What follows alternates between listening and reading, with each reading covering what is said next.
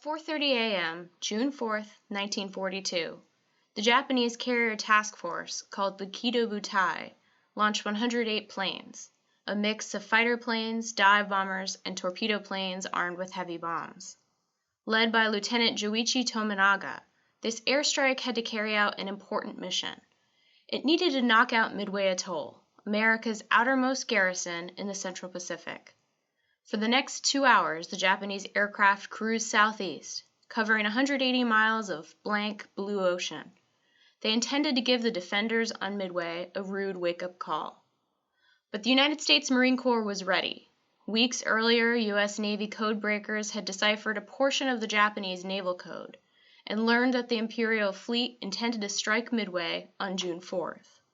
Accordingly, Admiral Chester Nimitz rushed 3 aircraft carriers and their escort ships to assist in Midway's defense, and he warned the commanders on Midway Atoll to expect the Japanese Navy to strike by air. That morning, the U.S. carriers were still 320 miles from the atoll, quietly poised to spring a trap. The Marines on Midway knew that Japan would get the first strike. Until the U.S. carriers located their foe, the Marines at Midway were on their own. At 5:45 a.m., a U.S. Navy PBY scout plane caught sight of Tominaga's airstrike. Promptly, the pilot sent a message: "Many planes heading Midway."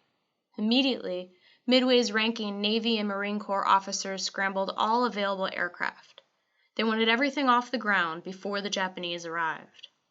As Midway's bomber contingent flew off in a frantic effort to find the Kido Butai, the fighter planes prepared to defend the island. Midway's fighter squadron was called VMF 221, and it was commanded by Major Floyd Parks. It consisted of 20 Brewster F-2A Buffaloes and 6 Grumman F-4F Wildcats. At 6:15, the Marine Corps fighter planes spotted the incoming airstrike. One of them called over the radio, "Tally-ho! Hawks at Angels 12, supported by fighters." Coming down from 16,000 feet, the Marines dived at the Japanese, and the fight was on. The dogfight between the Marines and the Japanese lasted a mere 15 minutes. Outnumbered and flying dilapidated aircraft, the Marines made easy prey. The Japanese shot down 16 of the 20 F-2As, killing all but one of the occupants. Major Parks was among the first killed, riddled by Japanese gunfire as he descended in his parachute. The situation wasn't much better among the Wildcat pilots. Of the 6 F-4Fs sent against the Japanese airstrike, 2 were shot down, bringing the roster of dead Marines up to 17, or 65% of those sent into action. Captain Marion Carl was one of the F-4F pilots who survived the fight. He recalled the opening moments of the attack. We were the first to encounter the incoming flight. We initiated the attack, and it turned into a dogfight. I was a section leader, and I put Canfield on Carey's wing. We made an overhead pass on the dive bombers coming in, which means you're meeting them head on. We were trained for that. Carey and Canfield were coming straight down on them, and when they pulled out, which is natural, they were going in the same direction as the dive bombers. I considered that a mistake. When I completed my pass, I rolled 180 degrees and went the opposite direction because I could see all those damn zeros. It took me about 5 seconds to figure out that if I pulled out heading for the island, I was going to have zeros all over me. If I went away from the island, since they were covering the bombers, they probably wouldn't follow me. I came back around and climbed up. I was figuring out what the hell I was going to do when I got jumped by a lone zero. He put a few holes in my airplane, and I decided to try to outmaneuver him. I discovered that was a waste of time. The damn zeros were so quick. I dove in a cloud, and when I hit the cloud, I chopped the throttle all the way back. When I came out the other side, he was ahead of me. I pulled the trigger. He was down below me, and at the same time I pushed the nose over to get the sight on him. All 4 of my guns jammed. Because at the same time I shoved over and pulled the trigger, all the ammunition went to the top of the cans, and all 4 guns just plugged up. He'd got off scot-free. If I had waited a second, let things stabilize for a moment, and then pulled the trigger, everything would have been all right. I was pretty green. I didn't know any better. We didn't continue the fight. He knew he had lucked out. As Captain Carl backtracked to Midway, he did so alone. His 2 wingmen had been shot up by Japanese Zeros. Captain John Carey was in agonizing pain from bullet wounds in both legs. Second Lieutenant Clayton Canfield's crippled aircraft limped back to Midway and collapsed on landing. 17 other squadron mates were dead. Further, the Japanese had hammered Midway, destroying the base's power plant, its water lines, 3 oil storage tanks, 3 vehicles, and 5 other buildings. They killed 8 men on the ground. Only the runway remained undamaged. As Captain Carl headed back toward land, he caught sight of a lone Japanese fighter. Undaunted, he attempted to bring it down.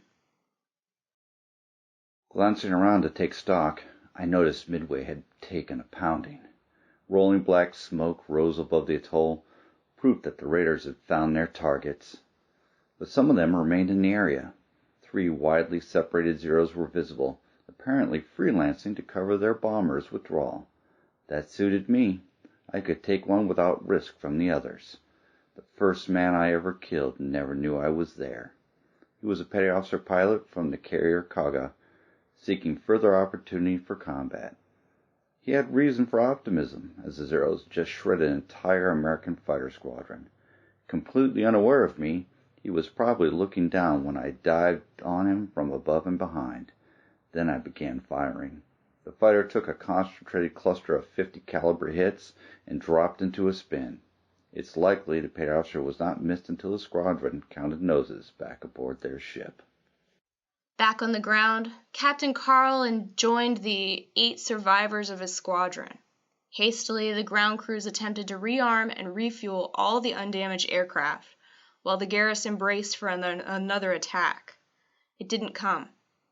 The Japanese aircraft returned to their carriers, and for the rest of the battle, the Kido Butai found itself embroiled in a duel to the death with the U.S. Navy. The Marines had taken it on the chin and survived. But as the days passed, mental anguish began to set in. Captain Carl remembered how his comrades dealt with the losses. Most of the returning pilots were stunned by their experience. VMF 221 was a shattered command. Our squadron fell apart. The senior surviving officer went to the first sergeant and asked if the NCO could run the outfit for the next few days. The career Marine replied, "Yes, sir," as expected.